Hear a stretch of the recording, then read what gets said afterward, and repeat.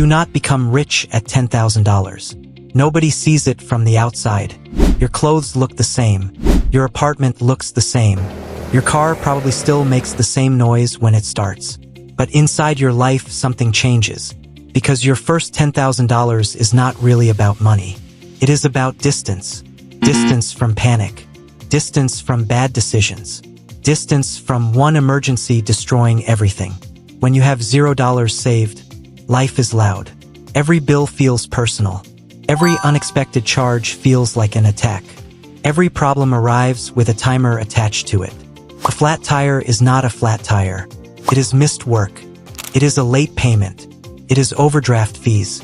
It is 3 weeks of stress from one piece of rubber. But when you have $10,000, the same problem becomes different. Still annoying. Still expensive.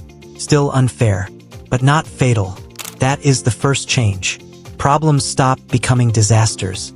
You get a $600 car repair. Before, that number would have ruined the month. You would have stared at the mechanic like he personally betrayed you. You would have checked your account 3 times, moved money around, skipped something important, maybe put it on a credit card and promised yourself you would fix it later. But later always comes with interest. With $10,000 saved, you still hate the repair. You still complain about it. But you pay it.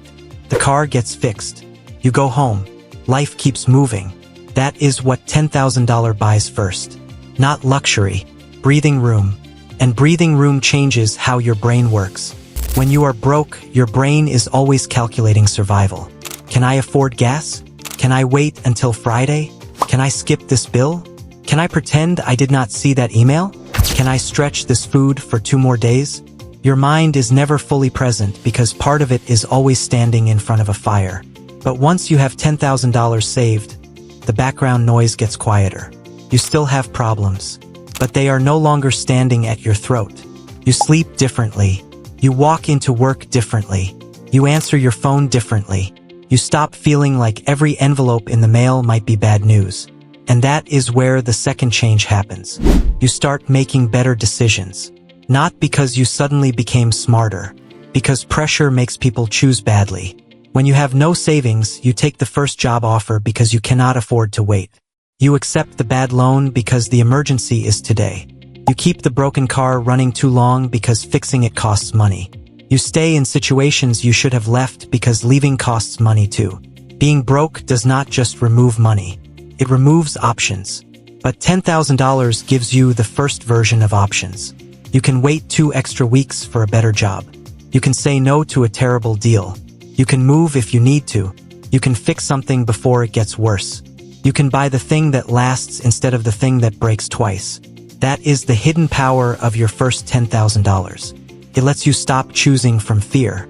And once you stop choosing from fear, your life starts looking different. Not dramatic, not overnight, but different. You stop saying yes so fast. You stop apologizing for needing time. You stop letting every small emergency decide your next 6 months. Because there is money between you and the problem now. That money is not there to make you feel rich. It is there to make life less dangerous. But here is the part most people get wrong. $10,000 is not permission to spend. It is not the finish line. It is not I made it. It is the floor. And the floor is not there to impress people. The floor is there so you do not fall through life every time something happens. Because something will happen. The car will break. The rent will rise. The dentist will find something. Your job will have a bad month. Someone in your family will need help. A bill you forgot about will appear at the worst possible time. The world does not become easier because you save $10,000. You just become harder to break.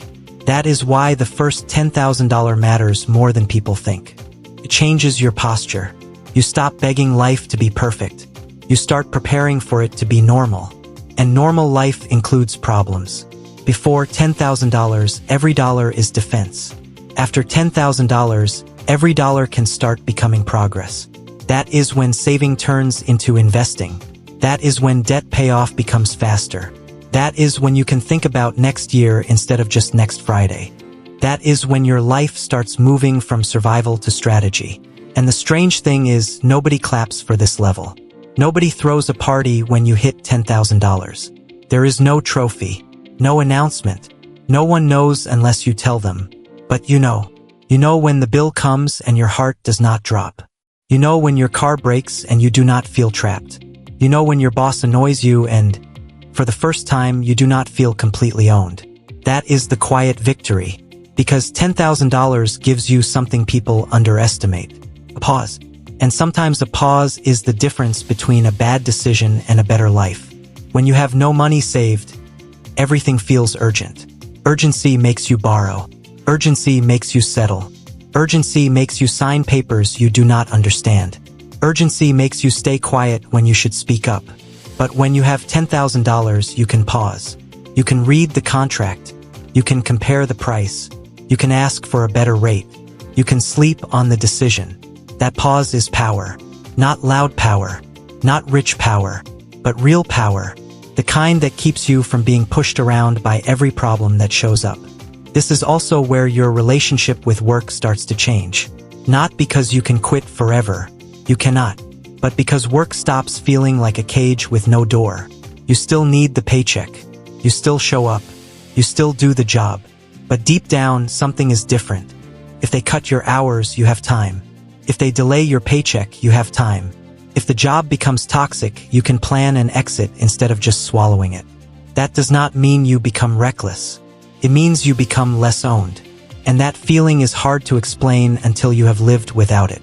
The first $10,000 also teaches you discipline. Because getting there is usually boring. It is not one big heroic moment. It is smaller choices repeated when nobody is watching. Cooking at home. Driving the old car. Ignoring the sale. Keeping the phone another year. Saying no to the trip you cannot afford yet. Letting people misunderstand your life while you build quietly. That is why $10,000 feels different. It is not just cash. It is proof. Proof that you can keep money. Proof that you can delay pleasure. Proof that you can build a wall between yourself and chaos. And once you prove that to yourself, the next levels become possible. $20,000 feels possible. $50,000 feels possible. $100,000 feels possible. Not because it becomes easy, because you finally trust yourself enough to keep going. But you have to protect the first $10,000. Do not treat it like extra money. Do not let lifestyle creep eat it. Do not turn your safety net into a vacation, a car upgrade, or a shopping weekend because you feel like you deserve it. You do deserve good things, but you also deserve peace. And peace is what that money is buying. So keep it boring. Keep it separate. Keep it available. Let it sit there and do its job. Its job is not to grow fast. Its job is not to impress anyone. Its job is to stand between you and the version of your life where one bad week becomes 6 bad months. That is the real reason your first $10,000 changes everything. It does not make you rich. It makes you stable. It makes you calmer. It makes you harder to pressure. It gives you options before you even know you need them. And most importantly, it makes you less afraid. And less afraid is where everything begins.